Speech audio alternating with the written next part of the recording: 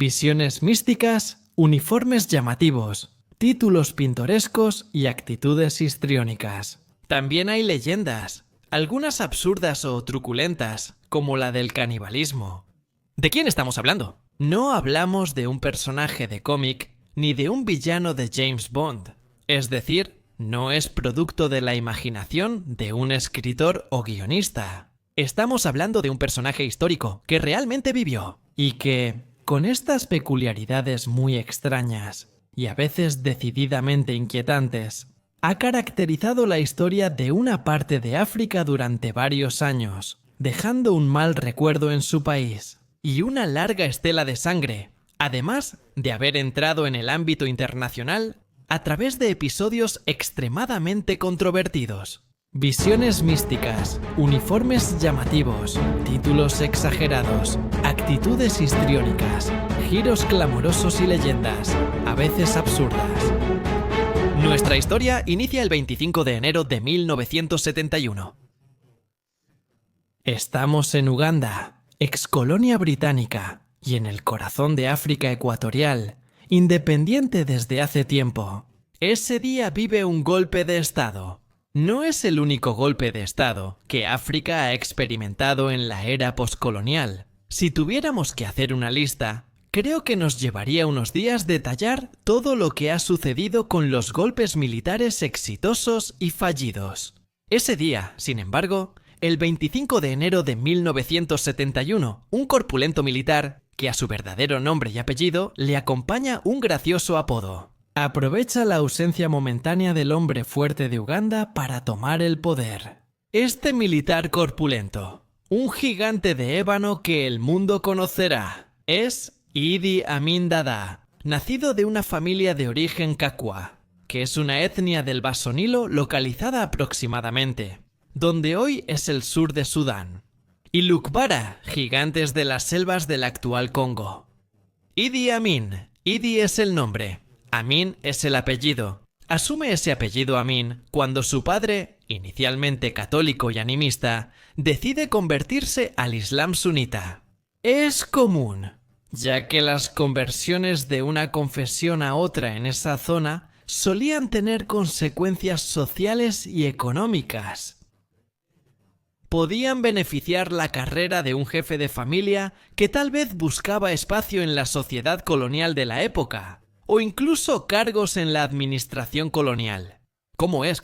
¿No es? Idi Amin recibe doble educación, primero en la familia materna y después en una escuela coránica. Primero es educado en el catolicismo y después se convierte al Islam suní. En 1946, Idi Amin tiene 21 años. Es el momento del servicio militar a realizar dentro de las Fuerzas Armadas de Gran Bretaña, que aún controla toda la región y aún no ha concedido la independencia a Uganda. Idi Amin es reclutado en los King's African Rifles.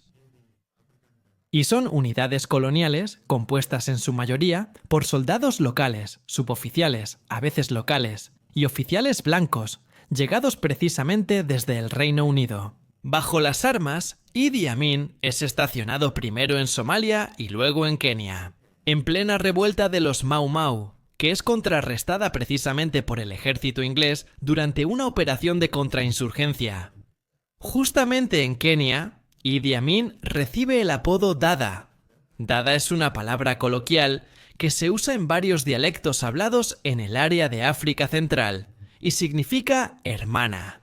¿Por qué Idi Amin es llamado Dada, que significa hermana? Porque, a pesar de tener la apariencia de un niño grande, incluso, tal vez un poco ingenuo, Idi Amin en realidad es extremadamente astuto. Más de una vez es sorprendido en el cuartel o en los campamentos en compañía de jóvenes chicas, y él, para evitar castigos, cada vez dice que la chica en su compañía es Dada, su hermana. Es una forma de evitar una reprimenda, tal vez incluso arrestos, y al mismo tiempo continuar manteniendo relaciones con aquellas que no son exactamente sus novias, sino chicas a las que a menudo él mismo invita a su alojamiento. Esto muestra la doble personalidad de Idi Amin. Por fuera bonachón, tranquilo, casi hasta parecer tonto, pero por dentro extremadamente inteligente y astuto. Ese hombre enorme de casi 2 metros, con un peso de 120 kilogramos al terminar el servicio militar, encuentra trabajo de inmediato. Encuentra trabajo en Uganda, primero como boxeador. Tanto es así que gana el título de campeón de peso pesado de Uganda. No puedes enseñar física si tienes un físico imponente de nacimiento. Puedes sacarle provecho de distintas formas. Luego, después de 1962, cuando Uganda finalmente se independiza, Idi Amin decide ingresar al ejército ugandés. Un ejército que, como suele suceder en las naciones africanas que acaban de obtener la independencia, está directamente al servicio del hombre poderoso de turno. Uganda inicialmente es una república con una democracia interna muy frágil. Por un lado está el presidente y ex-rey de Buganda, y por otro el primer ministro Milton Obote. Un notable que estudió en Inglaterra, también muy inteligente, pero que no soporta a los ingleses. De hecho, podríamos definirlo como un ferviente anticolonialista y antibritánico. Cuando, en 1964, apenas 2 años tras la independencia, Obote enfrenta un motín, porque la guarnición de Jinja, una importante ciudad que conserva el único puente sobre el Nido en todo el país, decide sublevarse para obtener promociones y salarios más altos. Dentro de esa guarnición está precisamente Idi Amin Dada. Algunos dirán que fue Idi Amin quien incitó, o al menos desató la chispa que encendió el fuego de la guarnición. Lo que es seguro es que desde ese momento, incluso si la crisis se resuelve con la intervención inglesa, Obote se ve obligado a pedir una intervención pese a no quererlo. Eso puede considerarse el primer acto político de Idi Amin Dada y el inicio de su rivalidad, o algo peor, con Obote. Obote mismo, poco tiempo después de los hechos de Jinja, se ve casi obligado a llamar a Idi Amin Dada a la capital. ¿Y por qué? Porque Obote es un hombre corrupto, y los hombres corruptos reconocen a los de su misma clase y tienden a asociarlos en sus negocios o a excluirlos. Por lo general, siempre se comienza a asociarlos. Obote sabe que Idi Amin es codicioso y lo involucra en el contrabando de armas, marfil y oro al Congo. Aprovechando el hecho de que en Congo la revuelta de los Simba, una secta que se propone masacrar a todos los europeos y devolver el Congo a lo antiguo, a las viejas tradiciones tribales, ha puesto a hierro y fuego una buena parte del país. También Uganda comienza a mostrar sufrimiento hacia la democracia. Como mencionamos, estas repúblicas poscoloniales son muy frágiles. Tanto es así que el 16 de diciembre de 1969, después de obtener plenos poderes y haber destituido al viejo presidente, Obote resulta herido en un atentado. Un atentado que más de uno dice que fue inspirado, si no incluso organizado, por el mismo Idi Amin Dada. Probablemente, para estar a salvo, deja temporalmente Kampala y se va al extranjero, asegurando antes la lealtad de los altos rangos del ejército. Desde ese momento, Obote comprende que los tratos comunes con Idi Amin no pueden continuar. De hecho, la rivalidad estalla de manera muy fuerte. Ya ni siquiera se hablan. Entre los dos no hay diálogo. Cuando Obote se recupera, el único alto militar con el que no habla es precisamente Idi Amin Dada. E Idi Amin Dada planea un plan para tomar el poder él mismo. Aprovecha una salida temporal de Obote para asistir a una cumbre en la Commonwealth en Singapur y organizar el golpe de Estado, el 25 de enero de 1971. Y podríamos definirlo como un golpe de Estado casi sin derramamiento de sangre. Al menos en comparación con los que ocurren en el resto de África, en Congo, en Nigeria y en otras partes del continente. Sí, porque Idi Amin ya tenía la lealtad de los altos mandos del ejército. Por eso toma poco tiempo controlar el gobierno y el parlamento. En realidad, es solo una reunión de jefes tribales, la radio y puntos clave de la capital. Se necesita muy poco, en el transcurso de un día. Idi Amin tiene el poder, y los militares lo aclaman como su nuevo presidente. Mientras que Obote, que se encuentra en Singapur, se ve obligado esencialmente a presenciar el hecho consumado, aunque medita venganza. Será una larga disputa entre Obote e Idi Amin, pero lo veremos más adelante. La llegada al poder de Idi Amin Dada fue un hecho nuevo en África, y al principio bien recibido por Occidente. Tanto es así que Idi Amin se presenta como un presidente aparentemente liberal que quiere modernizar el país, que quiere dar un fuerte impulso occidental al país.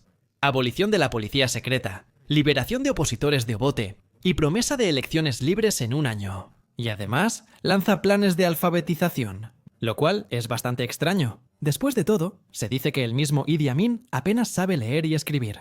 Y planes de asistencia sanitaria. Parecería, si no el paraíso, de todos modos, un gran paso adelante. Tan cierto es que Gran Bretaña e Israel son de los primeros estados en reconocer el nuevo gobierno de Idi Amin y en prestarle ayuda material, pero también financiera. Sin embargo, ese famoso año para llegar a las elecciones libres nunca llega. En cuestión de meses, Idi Amin muestra su verdadera cara. Como decíamos, dos caras, la jovial, tranquila, bonachona, simpática, y es la primera cara. Luego está la cara astuta, cruel, y se ve precisamente en el transcurso de unos meses. Si ya no hay policía secreta, no significa que ya no haya brutalidades. Se crean escuadrones de la muerte que secuestran, torturan y matan a ciudadanos día y noche. Especialmente de dos etnias, Lango y Akzioli, las etnias que siempre han simpatizado con Robote, quien mientras tanto ha ido al exilio en la cercana Antania. Idi Amin se comporta entonces como cualquier otro dictador, premia a sus amigos y reprime en sangre cualquier intento, incluso solo de protesta. Incluso previene usando escuadrones de la muerte y ordenando asesinatos indiscriminados. Por si fuera poco, Idi Amin da un giro profundo también en el campo internacional y expulsa a los israelíes que incluso lo habían ayudado, incluso reconstruyendo la terminal aeroportuaria internacional de Entebbe. Y los últimos ingleses, Idi Amin, en nombre de una hermandad musulmana, según él, prefiere aliarse con la Libia de Gaddafi. Un estado ya definido como pícaro en el ámbito internacional, que se volverá aún más pícaro en los años 80. Y apoya el terrorismo. Uganda pasa rápidamente de posible laboratorio de democracia occidental en África a patrocinador del terrorismo internacional. Sí, lo sé, te estarás preguntando, ¿cómo es posible todo esto? Es simplemente producto de la mente de Idi Amin, que busca consenso incluso en el este.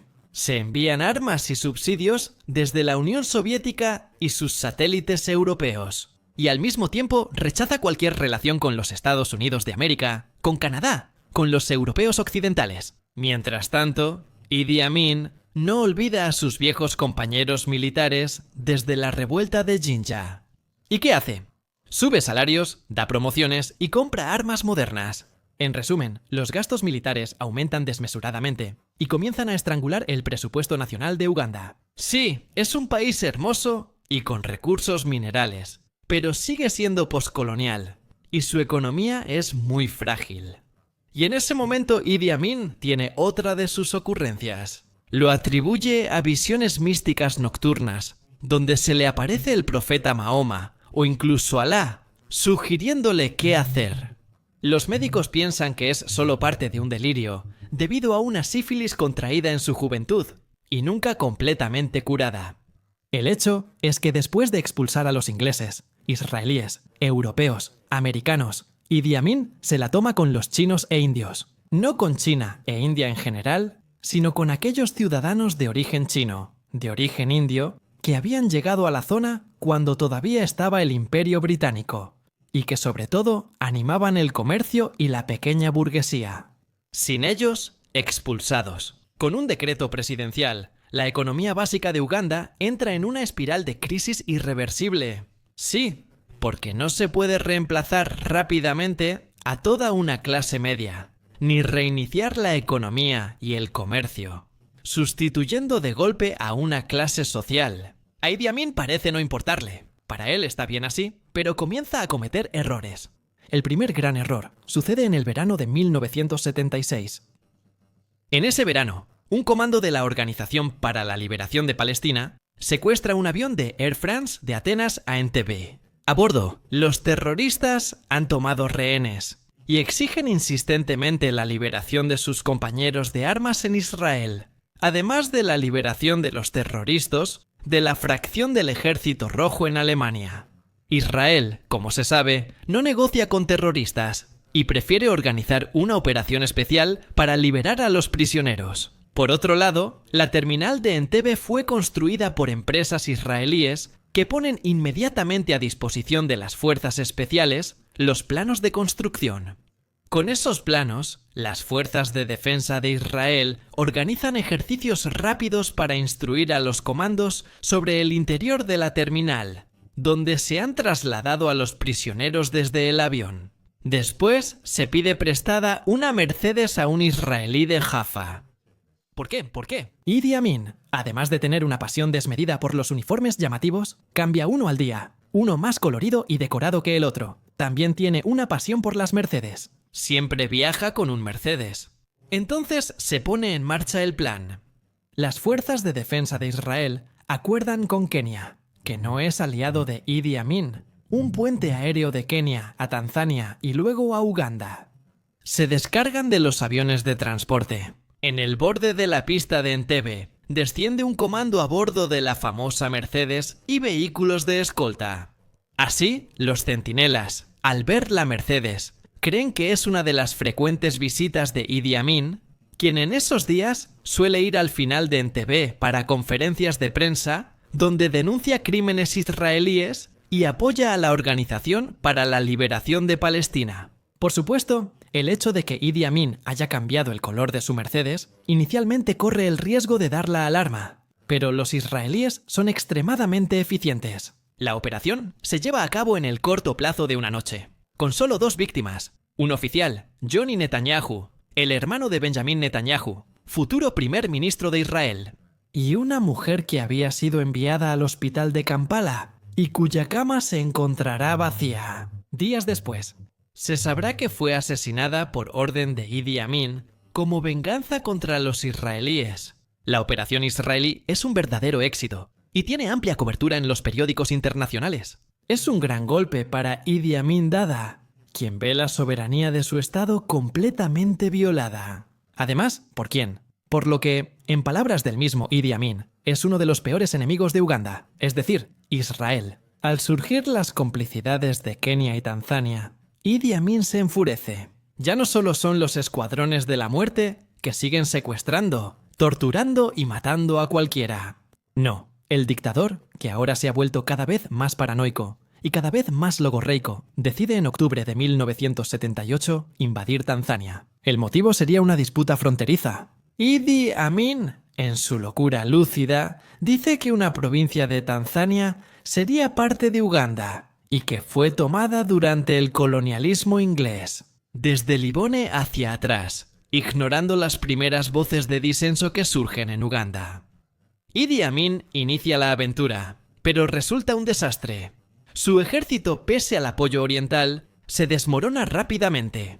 No hay disciplina. Cuando Tanzania contraataca con apoyo de voluntarios ugandeses leales a Milton Obote, la guerra termina en 6 meses. Termina con la llegada de las tropas tanzanas a Kampala, que solo pierden un tanque y pocos soldados, mientras el ejército ugandés queda en caos. Idi Amin huye al extranjero, se dice, con un tesoro increíble, acumulado en años y años de terror y saqueo. Pero sobre todo, su huida abre el libro del horror. Se descubre todo lo que ha ocurrido en Uganda. En esos Años interminables de dictadura.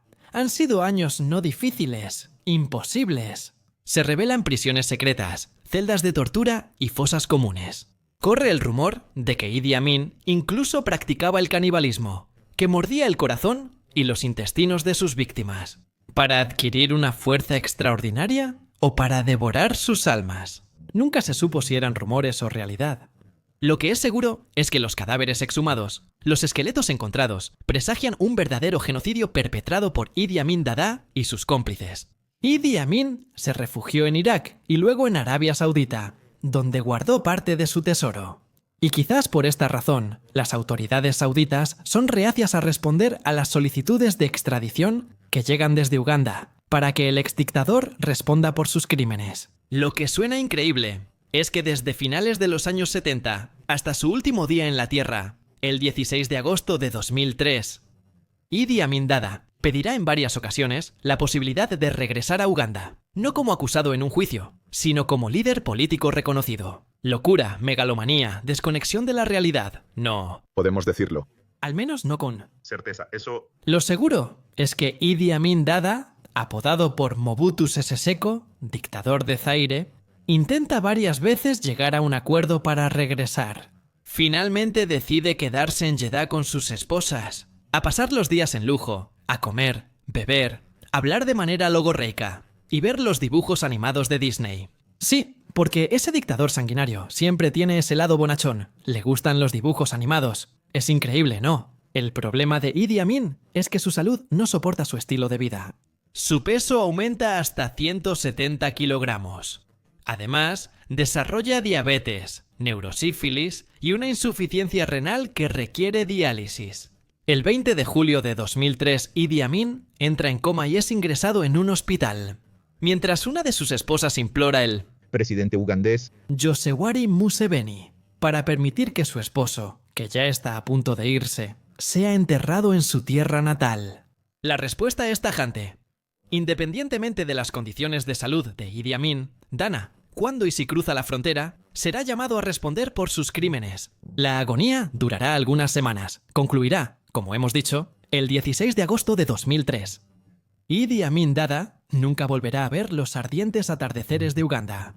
Pero su nombre siempre estará ligado a uno de los genocidios más brutales de la historia de África. Su nombre quedará ligado a Entebbe, la aventura contra Tanzania, locuras, extravagancias, uniformes coloridos, Mercedes, interminables conferencias y pretensiones de títulos nobiliarios. Excesos, absurdos, risas y mirada loca y asesina. Todo esto era Idi Amin Dada, el gigante de ébano. Cuerpo grande pero frágil, con una mente sádica, diabólica e infantil.